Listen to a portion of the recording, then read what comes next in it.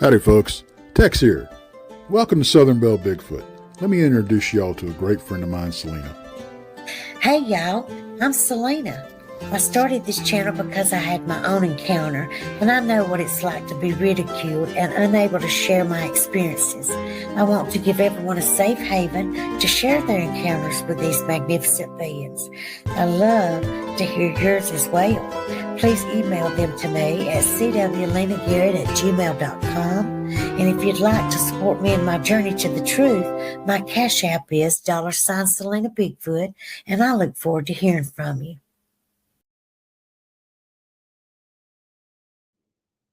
Hey everybody, I love every one of you. You know that I have to put on my glasses to read anything, but I do not want to take my eyes off my guest tonight. That is for sure. So I love each and every person in chat. You know I do. And I will come back on in the next day or two and speak with each one of you personally and let you know I appreciate you. But right now, I'd like to introduce to you Dr. William Robinson, aka nickname Rusty, and he is awesome. So, Dr. Robinson, would you please tell us your credentials? And we're so glad to have you. Thank you so much, Selena. I appreciate the offer to be on your show. I am, in fact, a physician. I went to undergraduate school at Rhodes College in Memphis, Tennessee, and grew up in Memphis. Then went to medical school at the University of Tennessee, which is also in Memphis. From there, I did residency training in obstetrics and gynecology at Tulane Medical School / Charity Hospital in New Orleans. And then from there, I went to USC, or University of Southern California, and LA County Hospital to do a fellowship in oncology or cancer. Since then, I've been faculty mostly at Tulane over the years, and just retired last year from as faculty. So I'm officially now, I'm a professor emeritus of oncology at Tulane Medical School. And I'm also a enthusiast, I guess you would say, about Bigfoot and things like that, with an interest in some of the other paranormal things like ghosts and or aliens or whatever. So that's me in a nutshell. Well, first of all, you're so overqualified. We just love your credentials. Anyways, it makes me feel good to bring somebody on that has studied and worked so hard. I know I cannot even imagine what you had to go through to become the man you are today. So thank you so much for being with us. And I wanted to tell you, or ask you, I'm sorry, not tell you. I wanted to ask you, you are in New Orleans, is that correct? Yes, I actually have a house in New Orleans, another home in Orange Beach, Alabama. So we go back and forth between the two. Our kids and our grandson live in New Orleans, so we're there a lot. Plus we have like a second home, as I said, in Orange Beach. Well, y'all heard him. He said the second best thing to New Orleans is Alabama. And we sure appreciate you coming down here for some spare time. And anyways, but tell me, is it okay if I call you Doc? Sure. Well, I've been called much worse. So tell me, Doc, I was wondering, how did you go about becoming the Bigfoot enthusiast? Did you have a sighting? Did you see something that confused you? Maybe you studied it more, or how did you go about that? Well, I did, in fact, have a sighting many years ago. So actually, when I was in college, and this was 1980, the summer of 1980, I was working as a lifeguard at a small kind of resort lake in Arkansas. And it was just across the Mississippi River from Memphis, so it's not far from where I grew up.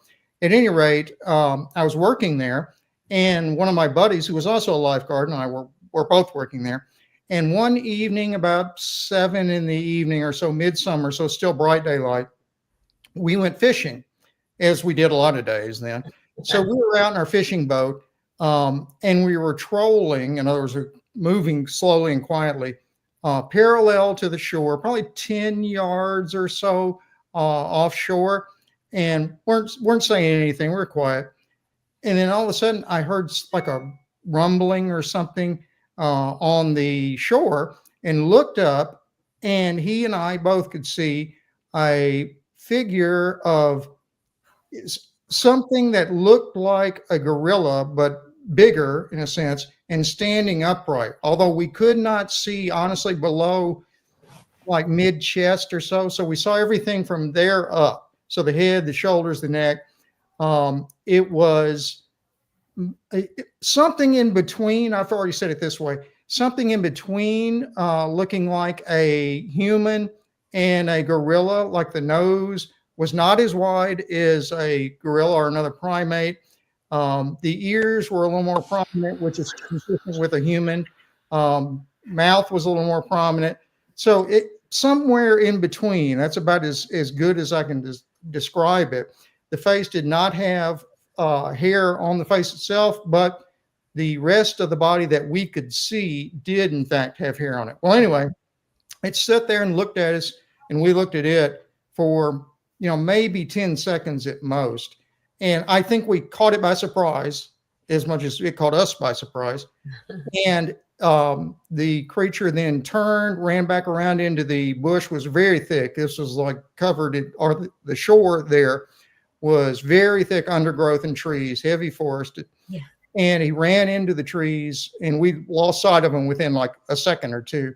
We could hear it running away, crashing through the undergrowth. And then, quickly it was out of hearing range also.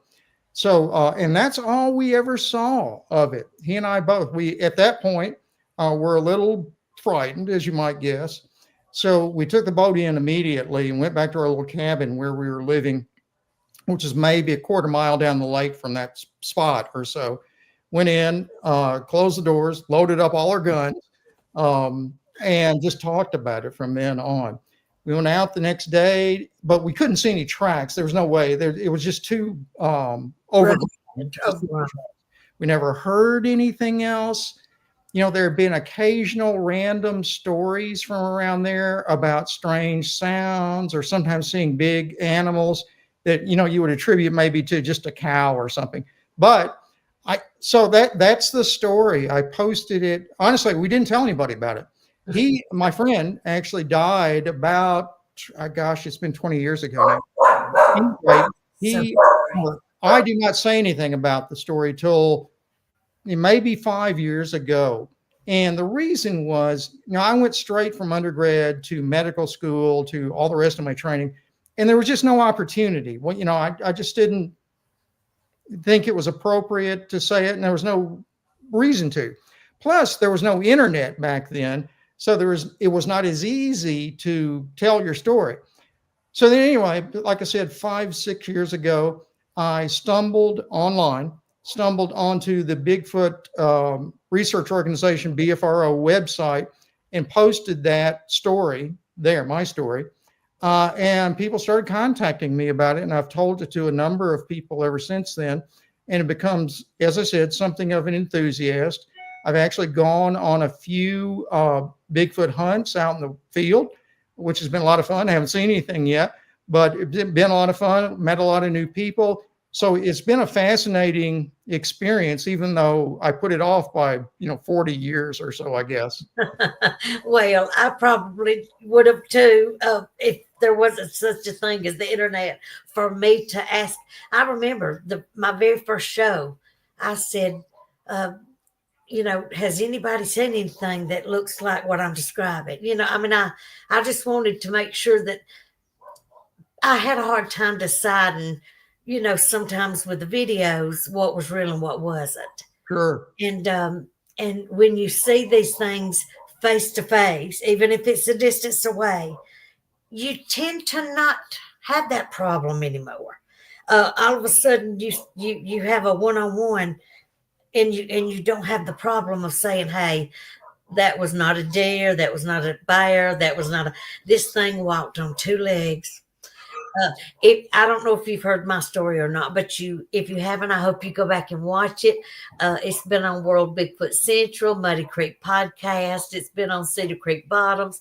A lot of my favorite shows, Sasquatch Theory. Bigfoot Society, you name it. I've had about 17 interviews in the last few months. So I know what you mean about giving your interview. But let me ask you this, because now you got me wondering. If you seen that, you and your friend, and you held it to yourself for a good long while, um, did you ever see another kind of creature? No, that was, I don't know whether it's unusual or what, but we never saw anything else. It was not like we kept the information to ourselves because we were embarrassed or anything. It just wasn't an opportunity Right, to do it. Why would we tell anybody else? Well, we knew, number one, back then, if you told somebody, they might make fun of you, they'd poo-poo it, whatever. So why? So we just didn't. So it's not like we were scared to or embarrassed to. We just didn't think there was an opportunity. Okay, so we know you haven't seen any Bigfoot. And when I just asked you about it, was there any other creatures throughout the years since that? Have you seen anything else that was not supposed to be, alive or existing? So, well, I will say this: I had a house in New Orleans for many years that was supposed to be haunted. I and my family had not seen anything there. The house was built in 1880 by a retired Confederate general who built the house as his retirement home after the war and died in the house in 1891.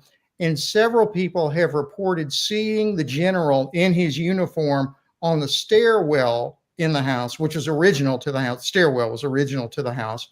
Oh, wow.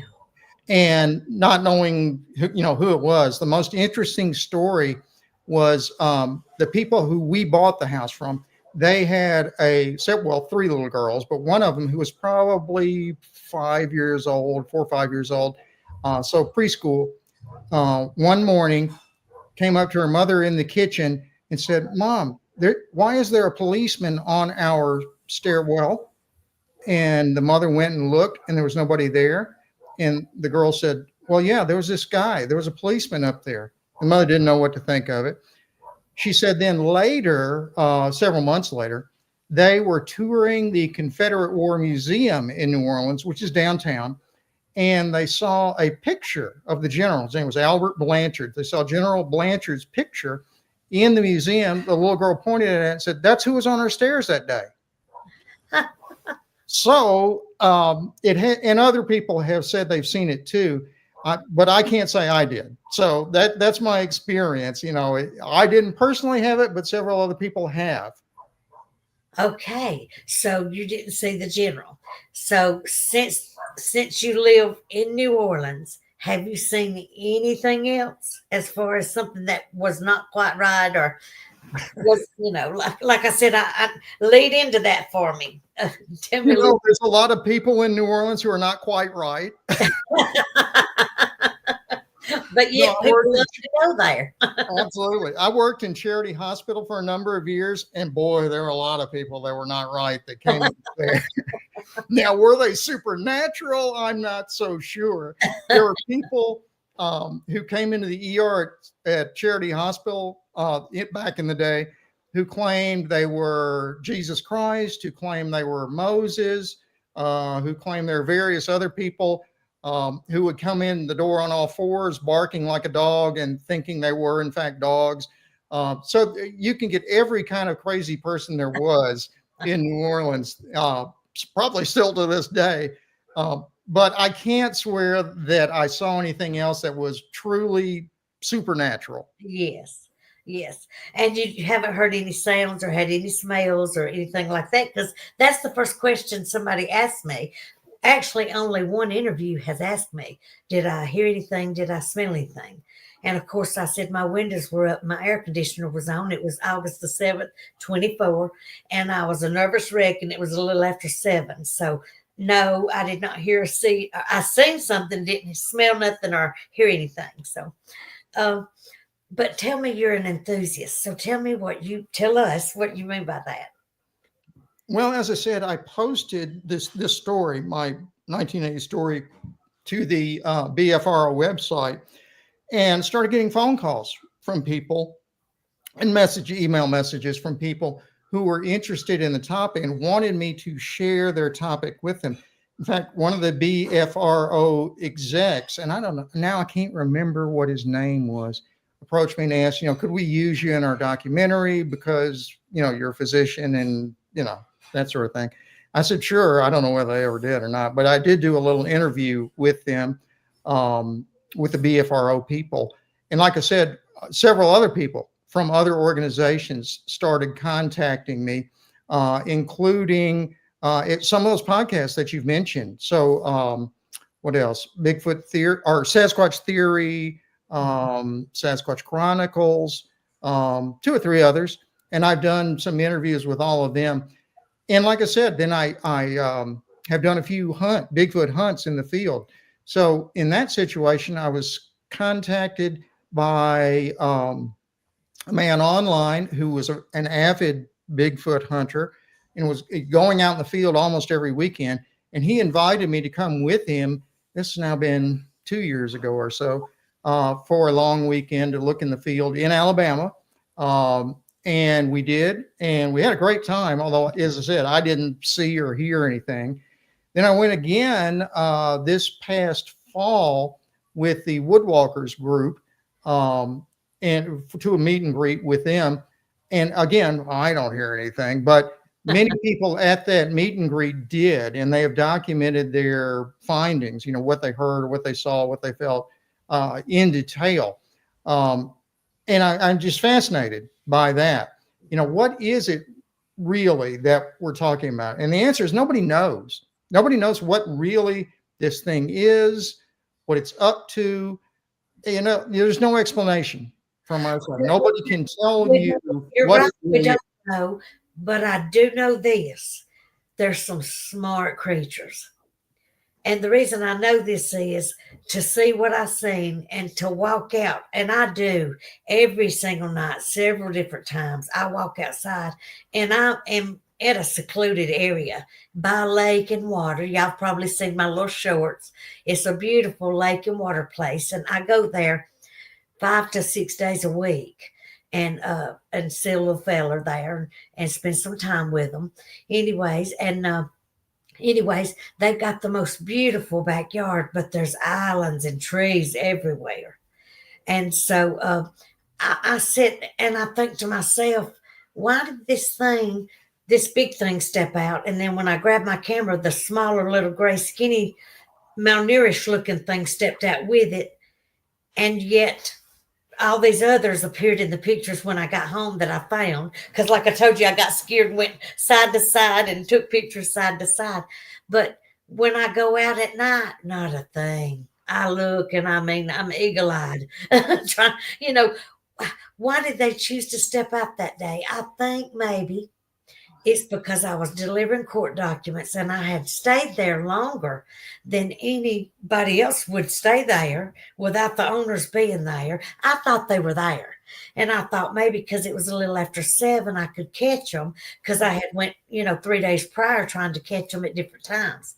Well, the next thing I know, these things step out in front of me because I was at the end of the driveway with my flashers on. And then I pulled a little closer next to the carport, right behind their Harley and their new Bronco. And anyways, if you go back and look at the pictures, what is so funny about every bit of this is I went back and I studied my pictures so many times. And I seen a female holding the baby on her hip and one trying to lay down flat. And then a huge one, thanks to Woodwalkers, they sent me the best picture of the ones that were looking at me from the side. Because, see, I couldn't see them. They were looking at me from the tree line. And Woodwalkers were so awesome. They sent me this picture, and these things were so huge. And so I appreciate Woodwalkers for that. And, by the way, Old Line Cryptids, let's not forget them. They're awesome, too. But anyways, I just studied it, and I looked and I thought, why would they show themselves that day? Well, the owners were not there. They knew the owners weren't there. And I sat there so long because I thought, I've already been here. This is my 3rd day in a row. 4th day in a row, excuse me. I had went 4th day in a row. And that's why I went so early, because I had went at 3, 12, and 5, and I couldn't catch them. So I thought I'll go at a little after 7, pull up in the yard and catch them as they're leaving for work. That was my idea. And I know that sounds sneaky to some people, but when you make your living serving court documents, you know, that Do judge, what you got to do. Yeah. that judge is real strict about you having 3 days to get them court documents served, and he wants them on his docket. And so I knew I had already made 3 trips. So, but it just blows me away that I seen those 2. They stepped out to let me know, I guess, to get off the property. They didn't make a noise, any vocalizations. They stood there. I get chills because I'm fixing to explain the big black one. This is your interview, but I'm going to tell you. I was so confused, Doc. I was so confused. I went into some kind of just sitting there. And here you go. This is the perfect person for me to ask, because I've mentioned this to several different people during interviews, and they say shock. So let me ask you officially, Doc. My mind was saying, hurry, Selena, get out of here, hurry. But when I went to grab my gear shift and put it in reverse, I thought, you're breaking your gear shift. It's going to break. My body was not moving with my mind when it was telling me to hurry.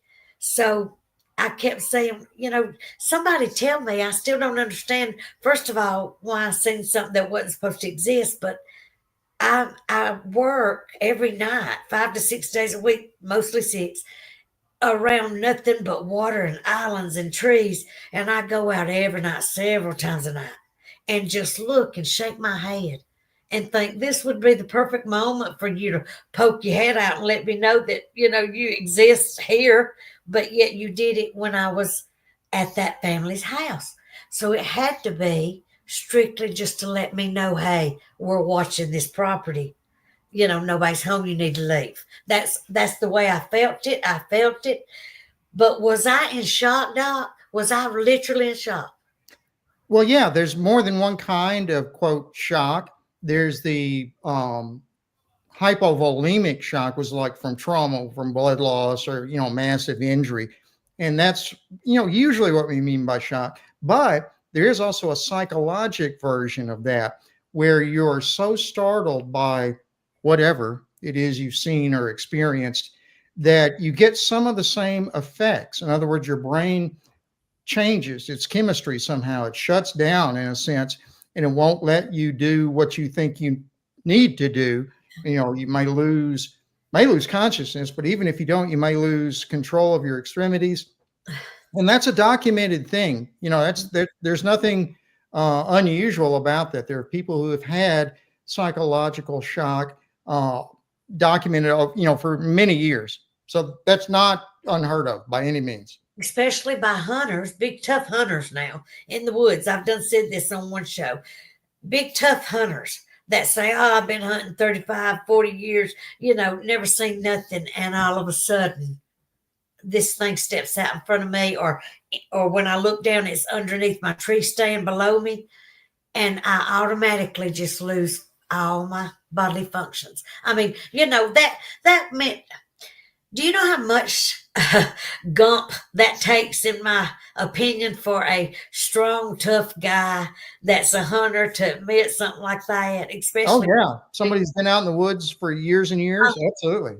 And I respect them. I respect them fellers, and so I just wanted to know if maybe I had, because my body was going, go, go, go, Selena, get out of here, but my body was saying, you're breaking your gear shift, you're squeezing your gear shift too tight. When I finally did get it in reverse, instead of going fast, like backing out quick, I went so slow as I was exiting the gravel and all. And when I hit that asphalt, something happened to my mind, Doc. And my leg just took over and hit that gas, and I flew down this road. Well, I'd have got a ticket easy. I'd have got a ticket. And to me, tickets is like throwing money out the window.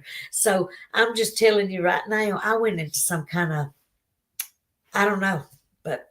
Yeah, I know. I think it's something, you know, equivalent or similar to psychologic shock. You know, people have asked me many times, How did the sighting that I had affect me? Did it have any long-term or lasting effect? And honestly, I can't say that I did, but you think about the circumstances that we were under. Number one, I was 20 years old. We thought we were invulnerable. The world's in front of us. Two, it was completely by surprise. And the creature, whatever it was, seemed to be as startled by us as we were by him. So there's no sense of, aggression or anything like that. And like I said, it ran away before we ran away. So, we just never really, had it didn't impact our psyche that much, except for the fact that, we kept a hold of it all these years.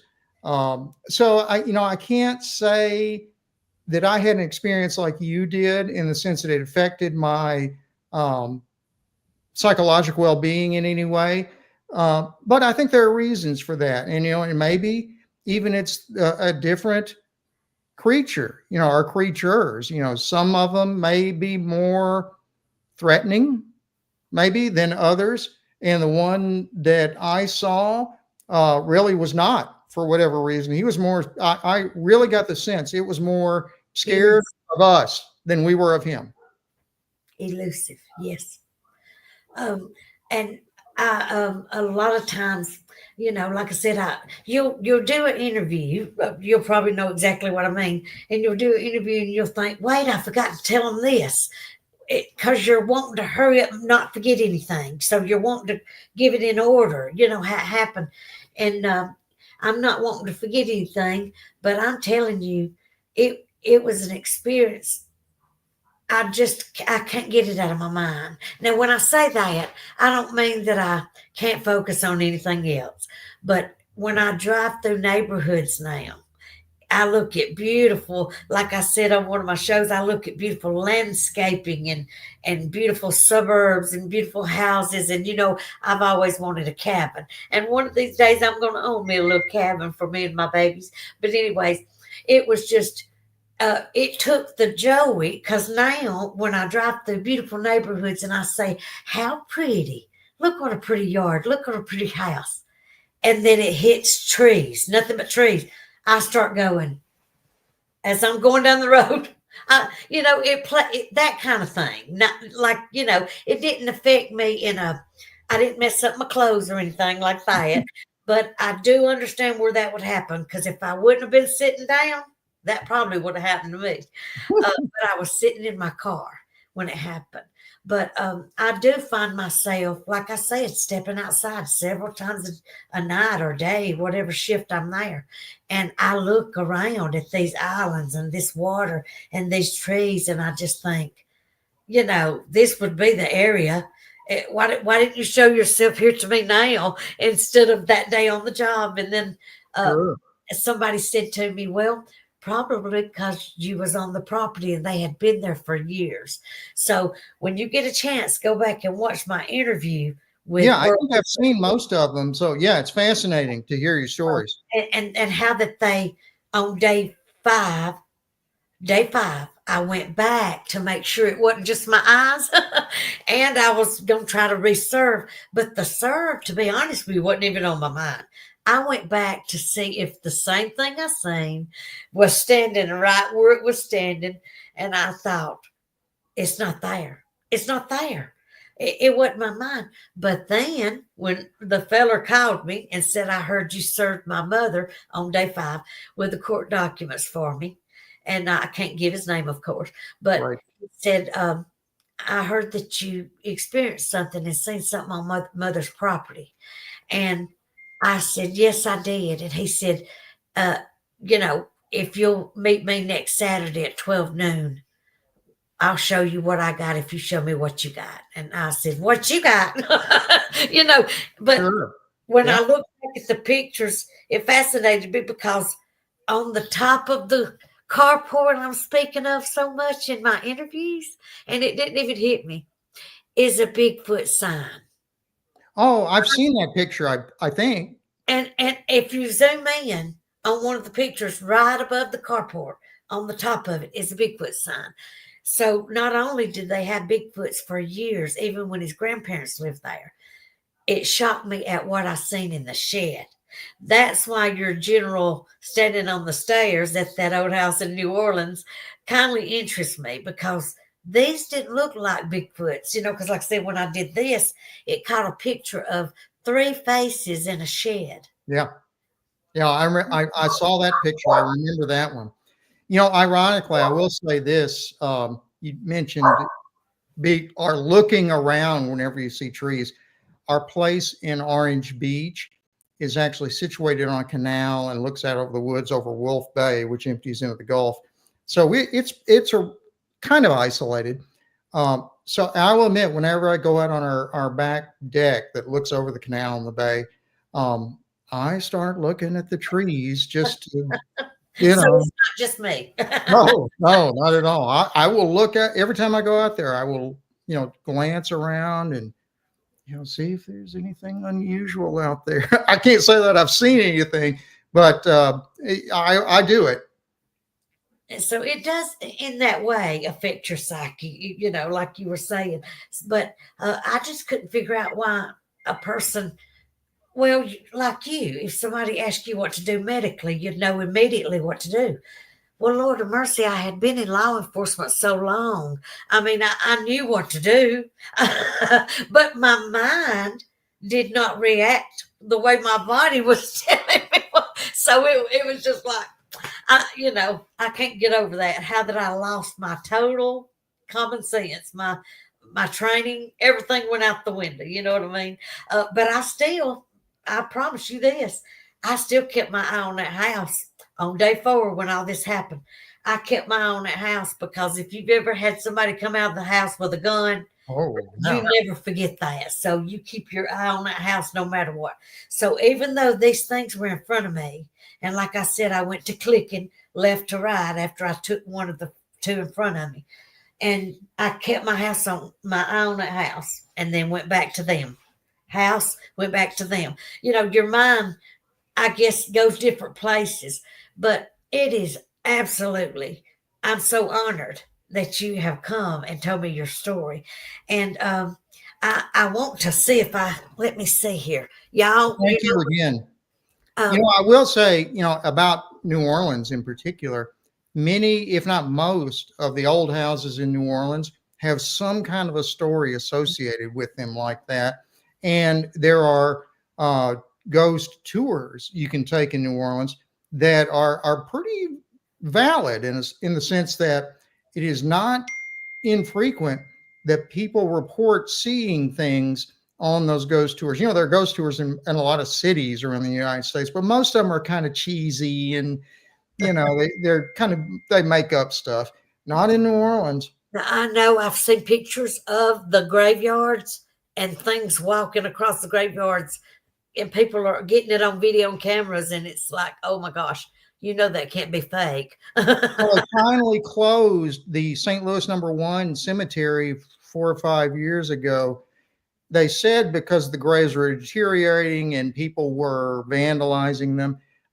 It was suspected always that there were too many odd occurrences in there, and the church didn't want, because the church owns it. The Diocese of New Orleans owns it. And they just didn't want to continue to have to explain it, to the public. So that is closed now. You can get in, but you have to have a guide with you from the diocese who will take you through the cemetery. And it's only from like 2 or 3 hours a day that you can do that. So the access is much more restricted now than it was earlier. Yes, I remember, gosh, it's for years now. I've been seeing people take video and pictures of old graveyards in New Orleans. And there's a town in Florida that they say is the most haunted place as far as seeing things on camera and video. I myself, as far as ghosts, I've had a little hard of a time. But I don't know what it is, but I've had a hard of a time believing in all that. And then you see things and hear things ghost wise, that will blow your mind, and you're like, what in the world did I just see? What just happened? Why did my crock pot fly from this side of the kitchen? And it was a big kitchen, and there was no way for it to bounce, like it would have busted because my floors were concrete. And it ended up way over here by the refrigerator, stuff like that, you know. And the first night I moved in, the banging on the walls and all that kind of stuff. But I just thought, it's the neighbors. They're upset at us moving in. It's just the neighbors, you know.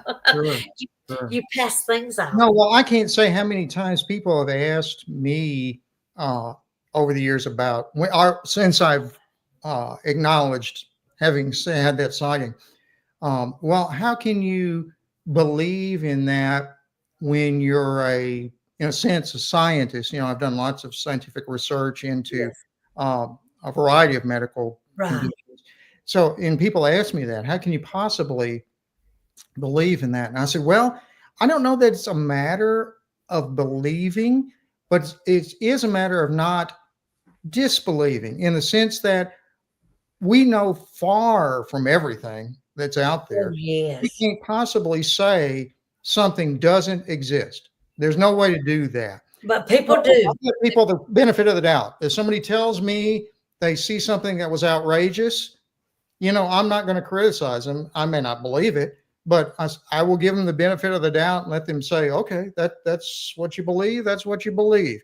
One thing I will say is I don't like to answer a mystery with another mystery. In other words, Bigfoot is that, you know, if you say you had a sighting of Bigfoot, and then somebody asks you, well, how do you explain that?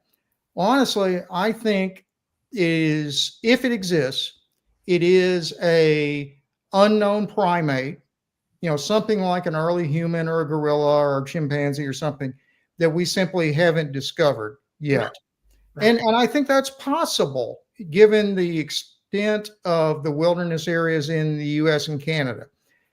Now, do I believe the creature is somehow supernatural? You know, can it fade in and out of dimensions? Can it, quote, zap you? Can it do things, you know, that many people have said it does? I don't know about all that. Yeah, exactly. I can't go there with you, but I'm not going to criticize anybody who Right. says those things.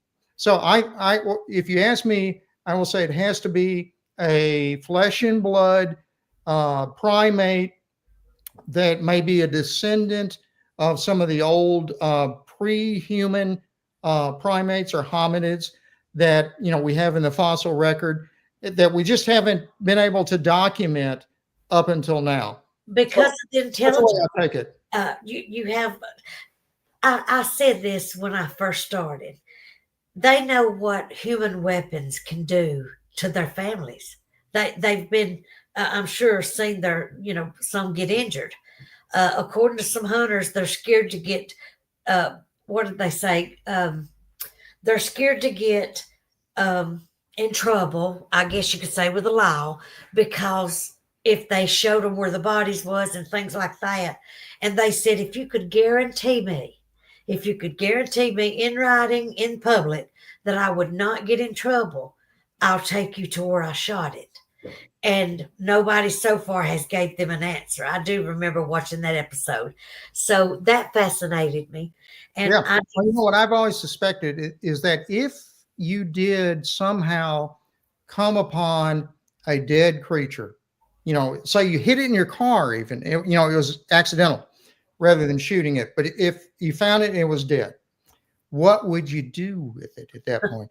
And I think my answer would be to take it directly to some kind of news service, go straight there to a newspaper or a television station or something like that. Let them get it and see it and take pictures and videos and so forth before you go anywhere else. Then notify the authorities, you know, the police or whatever it is in your jurisdiction, that you have this thing. But that way it will be out and publicized to the, you know, online or wherever it will be, before anybody else has a chance to deal with it. She's a puppy. I apologize. Anyways, she wants to be in here, but out there too. So she can't be both. Anyways, but what I was going to tell you was I agree with you to get focus on that right quick before somebody tries to hide it and cover it up. Exactly. But I did hear the story, just in case, just running it by you in case you heard it, of the woman. There's been several that have hit these things crossing the road. Sure. She was a nurse and she was on her way home, and it was late at night. And she lived in a rural area, a lot of forest around, and she hit this thing with her car. Well, it was a small one. She gets out. I got chills. She gets out because she thought she's hit a child or something. She didn't know. She knew it was little, and so she got out. And when she did, the mama stepped out of the bushes and did that teeth thing and the growl thing, and she didn't touch her, but the mama let her know, you hurt my baby. She picked the baby up and carried the baby off into the woods. Stuff like that. Like she could have hurt her. She could have killed the woman driving that killed her baby, or her baby. There's another story similar to that came from near Memphis, Tennessee, where I grew up, on a place called President's Island, which is kind of an island in the Mississippi River.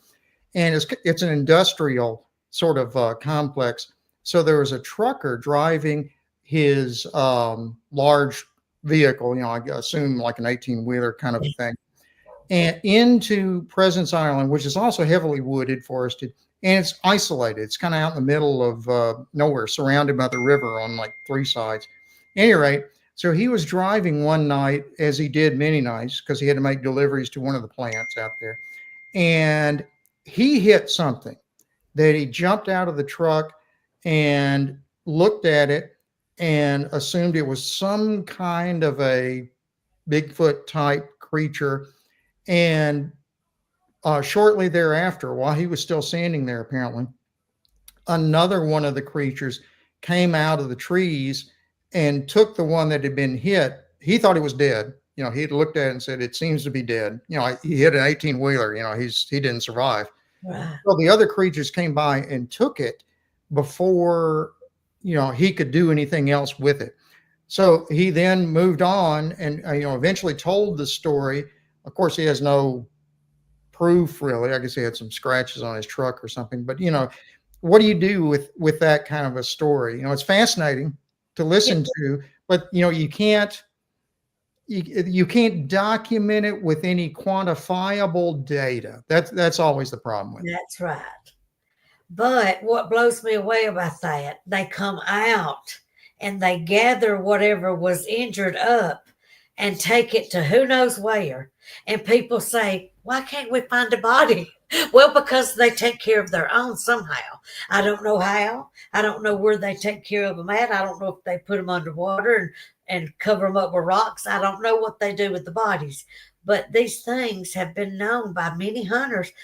I was watching a story, may have been last week's interview, where he said he could see when he hit it in the side, the dust flew off the hair. He's seen the dust and the blood, like fly off the hair as soon as he hit it, and that it took off running in the woods, and then the 2 small ones come out. And so they finally found him and did a show, with him showing them where it was at and everything.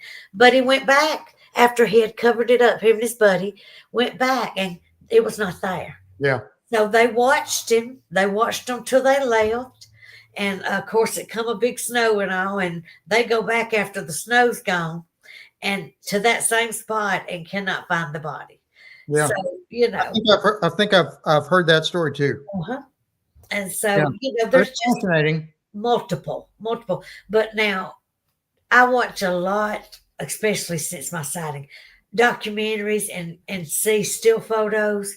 And Doc, I got to tell you, I said my mother was a seamstress and I had to help her all my life, even as a kid on up through teenage years on up. And I know what it looks like for a suit to bunch up and all that and not fit the body tight like it should, and and be skinned with some hair on it. I know what that looks like, and I do recognize now the hoaxes and the ones that do They're huge. These things are so, the mass, the thickness, the height alone. Oh, there certainly are hoaxes out there, but I will say maybe still to this day, the best piece of evidence that I've seen has been the old Patterson-Gimlin Yes, film from yes, 1967, yes. because boy, that looks so realistic. That would be very difficult to To fail. recreate that Yes, in some kind of makeup or a yes, suit or something like that. that's right. Muscles are so well defined. You know, the anatomy is very appropriate. It's just, boy, it's hard to imagine in 1967 that somebody had the level of expertise to create something like that. I don't know that you could do it today, honestly. So They I still think that's probably our best evidence. Yeah, they still cannot reenact that today.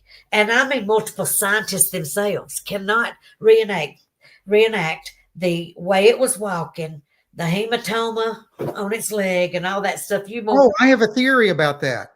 So the whatever it is, the swelling or whatever it is on her, excuse me, her, I think it's her right leg. I think that could be an injury to what's called the sartorius muscle.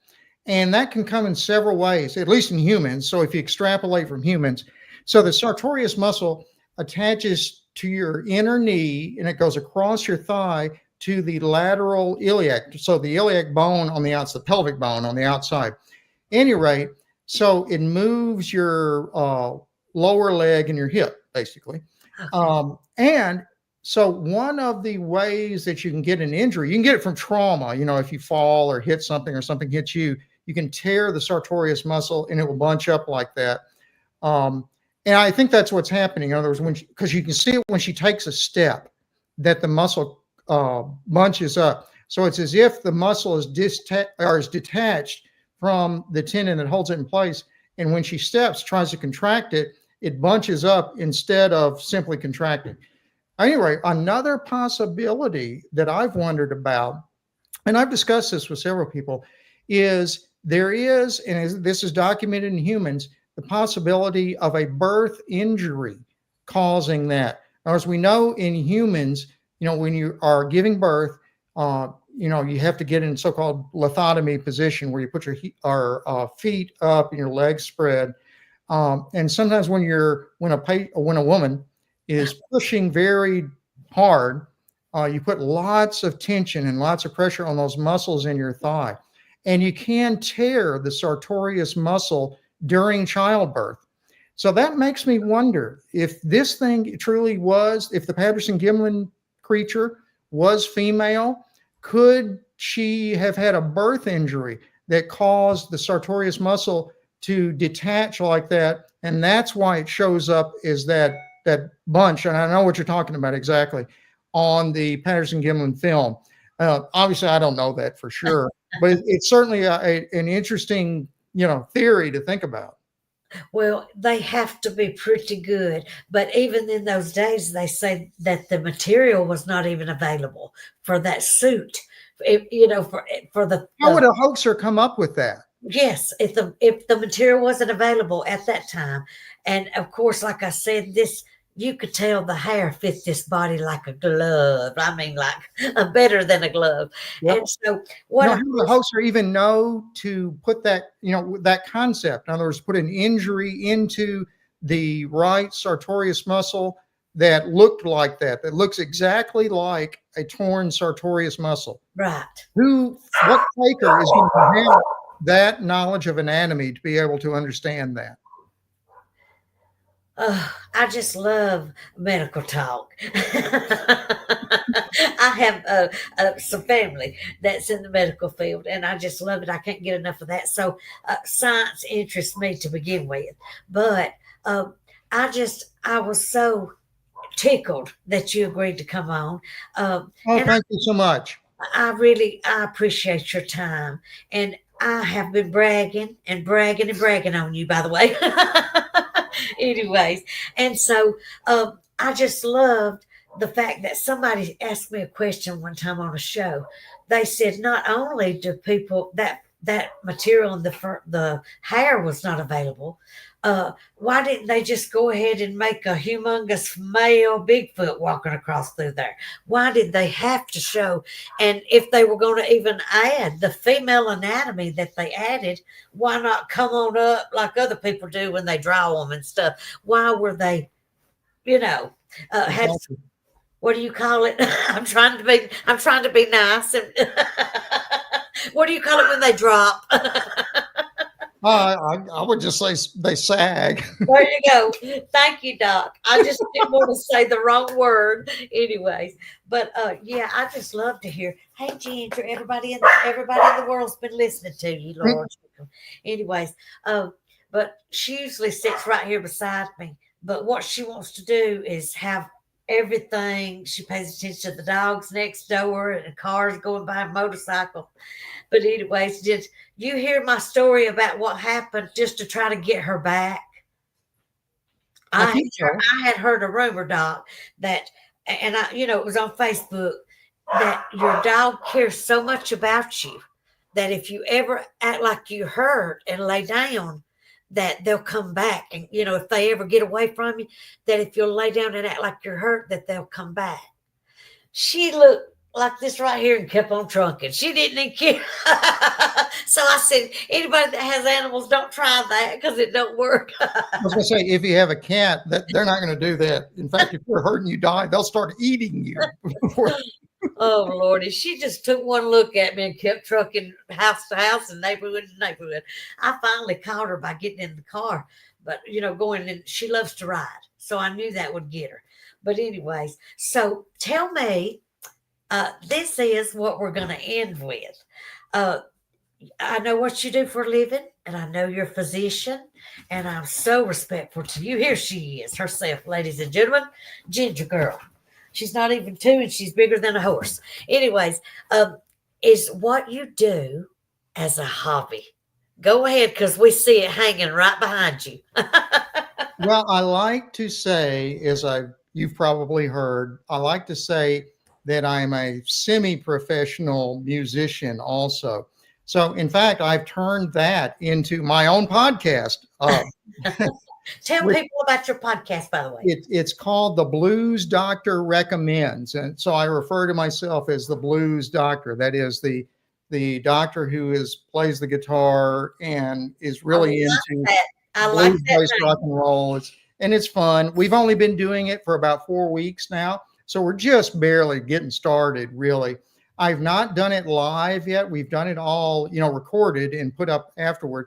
So I would love it if all of your fans wanted to come over when we put it up. It should go up every Tuesday at midnight. Of course, YouTube screwed it up this week and didn't get it out until Thursday at midnight.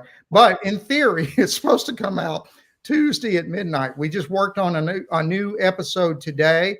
So hopefully the next episode will be up then. And that's The Blues Doctor Recommends.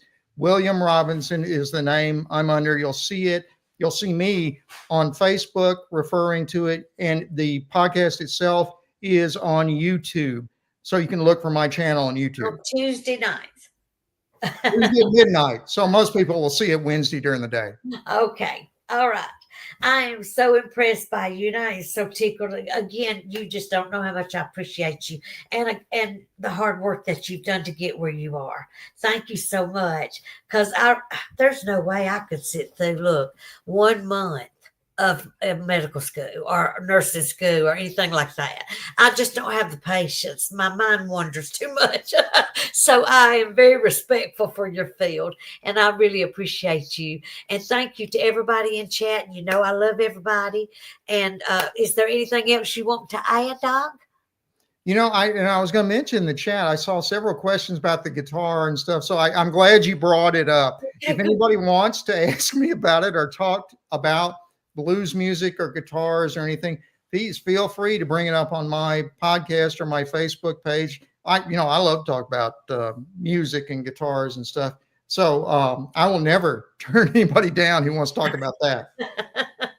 You're like, I love to sing. Now, I can't carry a tune in a bucket, but I love to sing. And so there's one day I don't know if you've seen my episode with Dale Boswell. Oh, First, yes. Yeah. is he not precious and humble? Oh, yeah. What I a nice thought, guy. Lord, if the Lord came down himself and stood right beside Dale Boswell, to me, that is one of the most humble men I have ever seen. And And it's his wife. She's very nice also. got the prettiest smile. And I told him, no wonder you brag on her all the time. But anyways, and so like I said, I appreciate last week's guest. We don't want to forget Daryl Denton. Gosh, his wife, by the way, was absolutely beautiful. And I told him too, as soon as I seen her on Facebook. But y'all go to his channel and check him out and say, Selena sent you. I love everybody so much. You know, it'll take me hours to read. But you know, I love you. I'll talk to you in a couple of days. And Doc, thank you so much. Thank you. Oh, you're very welcome. Anytime, Selena. I'd be happy to talk with you about anything, anytime. Okay. Thank you for joining us. Bye, everybody. Love y'all. Good night.